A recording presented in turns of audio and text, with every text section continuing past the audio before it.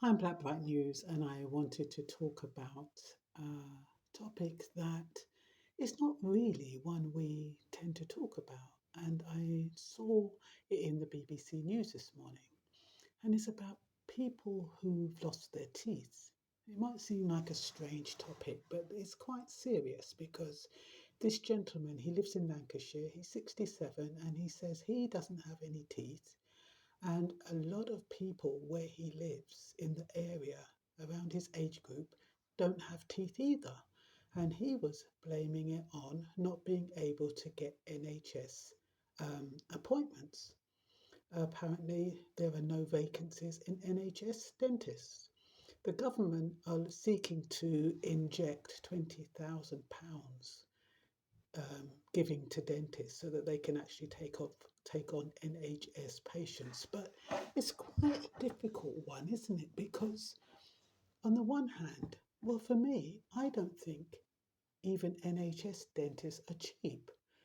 I mean, you pay them like I think it's the minimum 30 something pounds just to clean and have a quick look, and providing you don't need anything, you're in and out within 5 to 10 minutes, and that's like 30 quid. And then they have the tiers, the first tier, the second tier, the third tier, which can go up to like £400. So it's not like you're getting it free, and it's not like elderly people or pensioners get any money off of dentists, even NHS dentists. So you kind of, there should be more opportunities for people to use an NHS dentist, and I don't understand why it's restricted. Anyway, some people, they just don't like dentists. They've had such bad experiences that they wouldn't go even if they had the money. And you kind of see with people like that, they'd need a lot of coaching, and the type of dentist is important. So some people think if they're going to pay for a private dentist, they might get treated better. Not always the case. Some dentists, it's just about the money. And I remember when I moved to the area that I'm living now, I went to this really posh dentist. It was big and it had all the mod cons, but I was in and out within 2 or 3 minutes. There was no personal service, and I hated it. As opposed to one in a little town, a more or less, maybe a working class town, and I was treated so carefully and considerately, and they was aware that I was afraid of dentists, and they actually helped me overcome my fear of dentists. A lot of people, like I said, are afraid of dentists, and that's the reason why they've let their teeth decay, and afraid because of bad experiences. When you think about your teeth, it's almost like um, it's a part of your image. You want to be able to smile, you want to be able to laugh without feeling self conscious. But many of us have a serious issue when it comes to our appearance, and people don't realize how it can take away the confidence.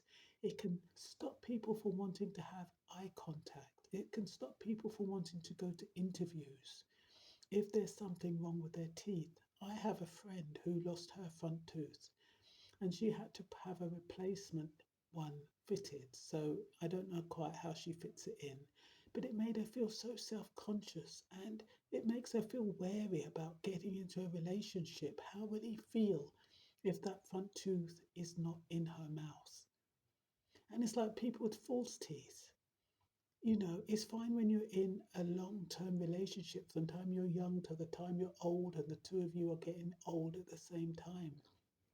But when you meet somebody new and you have to explain that these teeth aren't yours, these pretty teeth that you were attracted to or you think your partner is attracted to, they're not yours, and you take them out at night and soak them in salt water or whatever it is you do with them, it can affect your confidence. It can affect the way you feel about yourself. It can affect the way you see yourself. So, not having teeth is no minor matter, and not having access to to an NHS dentist is no minor matter. And I think it's important if people want to have their teeth sorted and they want to have a smile that they can feel proud of, that they can afford to do it. It should be an essential because it's a part of how you feel about yourself. All these young celebrities, they're going abroad to Turkey or wherever they go, and they're having nothing wrong with their existing teeth, but they're having these veneers and white veneers and making their teeth look almost perfect, and it looks quite artificial. I'm quite fortunate that at my age I've still got my teeth. I've lost a couple, but they're not visible, so it won't affect the way I feel. But I could imagine if I lost my two front teeth or any of the teeth that are visible on camera, I wouldn't be doing these videos because I would feel really uncomfortable. And I and it's people might say it's vanity, but is it vanity? I mean, most people want to take care of themselves. They care about the way they look. It's about preserving what you have. And I always see our bodies and our faces as a part of what God has given us to embellish, to make the most of, to without it being vanity. I mean, you've got some people, they just go over the top. Like I was watching Hannah in Love Island, and she went over the top with her doing her lips up. And when I'm talking about enhancing your appearance, I'm not talking about wearing stacks and stacks of makeup so you look totally different than how you would look normally. But I'm talking about making yourself look in a way that you feel comfortable when you don't have those things, when you don't have those accessories like makeup, like wigs, like beautiful clothes, you still can look good. But most people, they do feel like frauds. And when you think about people without any teeth, can you imagine how they must feel if they don't have their teeth or they can't get access to teeth? Can you imagine? So this article in the BBC this morning, it kind of made me think about people who might feel quite depressed because they can't go to the dentist.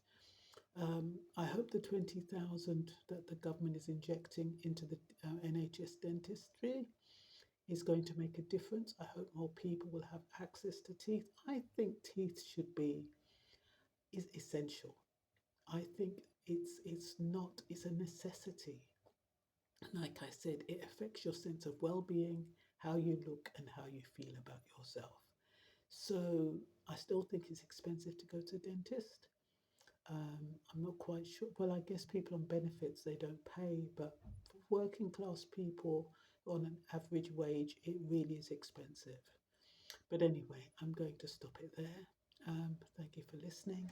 And this article was taken from BBC. The gentleman is Stephen Davis, and he had to pay for emergency dental treatment, and he had to take out a loan to get dentures. Can you imagine a loan? That's how expensive it is. He doesn't say how much it cost, but he says there are people walking around with no teeth. I notice it amongst my friends. There's a whole generation of people with no teeth because they can't get a dentist. And he means an NHS dentist. He, like many others, has been unable to access an NHS dentist and has had to resort to emergency treatment to have 10 teeth pulled out. He ended up taking out a loan to pay for false teeth. Now, I believe strongly that you really do need to take care of your teeth. I use those interdental things to make sure there's nothing stuck in between the teeth. I believe if you take care of your teeth and clean them and brush, near the gums and, just below the gums, make sure you get into all those little crevices, and where you can't reach, you use your interdental brushes. So take care of your teeth if you can't afford to go to the dentist. Rub your gums with salt, once a week. It strengthens your gums. And that's all I've got to say. Bye bye.